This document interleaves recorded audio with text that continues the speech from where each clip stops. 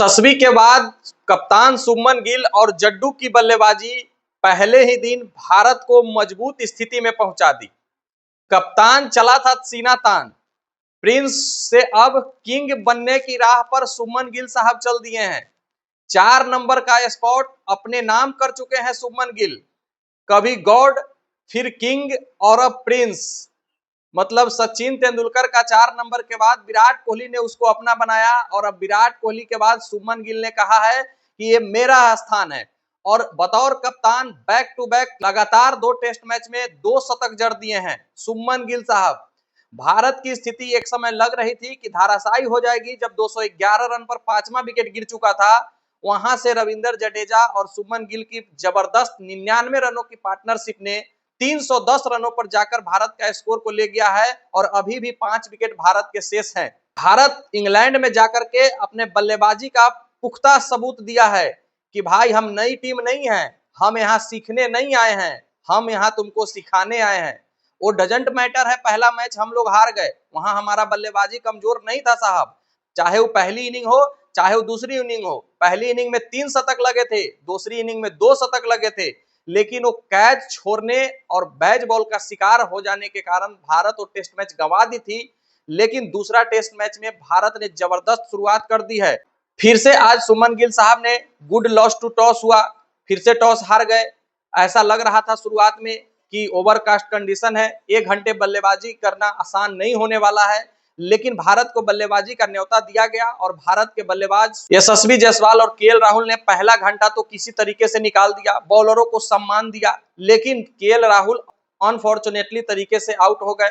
Bounce लेती हुई गेंद पर ओवर डिफेंसिव करने के चक्कर में गेंद विकेट से जाकर टकरा गई। फिर करुण नायर आए, जो कि 7 सालों के बाद मौका मिला है।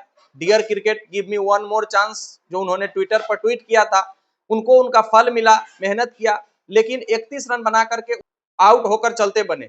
लेकिन यशस्वी जायसवाल साहब, भारत को वो बंदा बहुत कम उम्र में बहुत ज्यादा ही वो परिपक्वता के साथ टीम को आगे ले जाता है। नया बॉल को पुराना करना हो और बॉलर की धजिया उड़ाना हो, यशस्वी जायसवाल दोनों काम करते हैं। इंग्लैंड के सामने तो यशस्वी जायसवाल का रिकॉर्ड डॉन ब्रैडमैन के कैटेगरी में आता है साहब। 83 का एवरेज है इंग्लैंड के सामने। 12 इनिंग में 904 रन बनाए हैं इंग्लैंड के सामने में, 3 सेंचुरी और 4 50 जड़े हैं। और आज भी यशस्वी जायसवाल का 13 रनों से शतक चूक गया, नहीं तो बैक टू बैक शतक यशस्वी जायसवाल साहब का भी होता। 87 रन बना करके वो बाहर जाती हुई गेंद को छेड़ने के चक्कर में आउट हो गए। हालांकि वो आउट होने के बाद बहुत निराश दिखे, लेकिन यशस्वी जायसवाल इंग्लैंड को लगातार रन बनाते आए हैं। चाहे वो जब एंडरसन और ब्रॉड गेंदबाजी करते थे, चाहे अब क्रिस वोक्स और ब्रेंडन कार्स गेंदबाजी करते हैं, किसी भी गेंदबाजों का वो वैल्यू नहीं कर रहे हैं और लगातार रन इंग्लैंड के खिलाफ बनाते आ रहे हैं।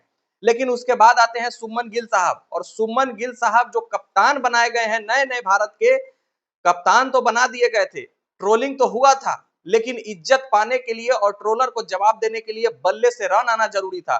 शुभमन गिल साहब का इससे पहले 14 का एवरेज था सेना कंट्री में। इंग्लैंड में टोटल 88 रन थे, लेकिन साहब 2 टेस्ट मैच में ही 2 शतक जड़ दिए हैं। पिछले टेस्ट मैच में 147 रनों की पारी खेली थी पहली इनिंग में, और इस टेस्ट मैच में अभी भी 114 रनों पर नवाद गए हैं ड्रेसिंग रूम में, सीना चौड़ा करके गए हैं। लोग कहते हैं कि विराट कोहली चले गए, रोहित शर्मा चले गए, तो अब टीम इंडिया का क्या होगा। साहब ये टीम इंडिया है, यहाँ इतने सारे प्लेयर पड़े हुए हैं ना, जिनको मौका मिले तो एक बार में 4-4 टीमें बाहर जाकर के खेल सकती है और जीत सकती है। भारत में वो पावर है, भारत के पास खिलाड़ियों की कमी नहीं है। विराट कोहली नो डाउट बहुत अच्छे प्लेयर है, रोहित शर्मा नो डाउट बहुत अच्छे प्लेयर है, लेकिन जो अभी प्लेयर खेल रहे हैं वो हमारा प्लेयर खराब नहीं है साहब। शुभमन गिल की कप्तानी जब दी गई थी तो बहुत सारे लोग बहुत बात बोले थे, लेकिन वो बंदा साबित कर दिया है कि हमको क्यों कप्तान बनाया गया है। 4 नंबर पहले तो ओपनिंग किया करते थे, फिर जब चेतेश्वर पुजारा टीम से हटे तो बोला कि हम 1 डाउन खेलेंगे, और अब 1 डाउन अब जब से कप्तान बने हैं तो अपना वो भी स्थान सेक्रीफाइस करके 4 नंबर का स्पॉट हथियाया है। और 4 नंबर पर जब भी इंडिया के लिए खेला है कोई बल्लेबाज तो महान कैटेगरी में हुए हैं, चाहे वो सचिन तेंदुलकर साहब हो, चाहे विराट कोहली साहब हो, और चाहे अब शुभमन गिल साहब हो। बतौर कप्तान बैक टू बैक सेंचुरी मारने वाले पहले 2 टेस्ट मैच में चौथे कप्तान बन गए हैं। इससे पहले विजय हजारे साहब, सुनील गावस्कर साहब, विराट कोहली साहब और अब शुभमन गिल साहब। प्रिंस तो कहा जाता था, लेकिन अब बल्ले की उनकी गर्जन ने किंग बनने की राह पर उनको चला दिया है। अब कमी नहीं खल रही है अभी तक विराट कोहली और रोहित शर्मा की बल्लेबाजी में।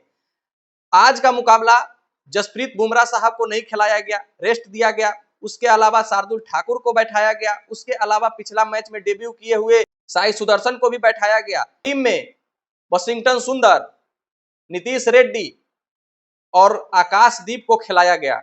नीतीश रेड्डी ऑस्ट्रेलिया में अच्छा परफॉर्मेंस करने के बाद उनको इंग्लैंड में भी चांस मिला है, लेकिन भारत के पास अभी दो स्पिनर खेल रहे हैं इंग्लैंड में।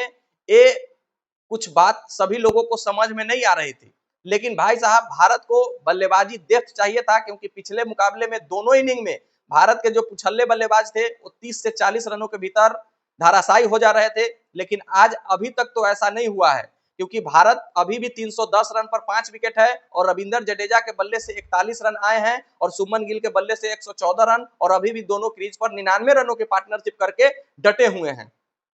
इंग्लैंड बहुत सारा प्लान बना रही थी शुभमन गिल के खिलाफ, लेकिन शुभमन गिल ने सभी प्लान को क्रैश किया है। किसी भी प्लान को पास नहीं होने दिया है और फेल करके अपना शतक ही नहीं भारतीय टीम को भी मजबूत स्थिति में पहुंचाया है। नहीं तो 211 रनों पर 5वां विकेट गिरने के बाद अगर वहां से विकेट लड़खड़ाती तो हो सकता है भारत 250 पर ऑल आउट हो सकती थी। लेकिन भारत अभी भी मजबूत स्थिति में है और देखना है दूसरा दिन भारत और कितना रन जोड़ पाती है। 310 रन हो चुके हैं, कम से कम 100 रन यहां से इंडिया को और जोड़ना चाहिए। 400 प्लस का टारगेट होना चाहिए। जसप्रीत बुमराह नहीं है यहाँ पर, आकाशदीप और मोहम्मद सिराज और दोनों स्पिनर के ऊपर सारा दारोमदार है। देखना है क्या हो पाता है। मिलते हैं फिर नेक्स्ट वीडियो में, जब तक के लिए बेस्ट ऑफ लक। धन्यवाद। जय हिंद।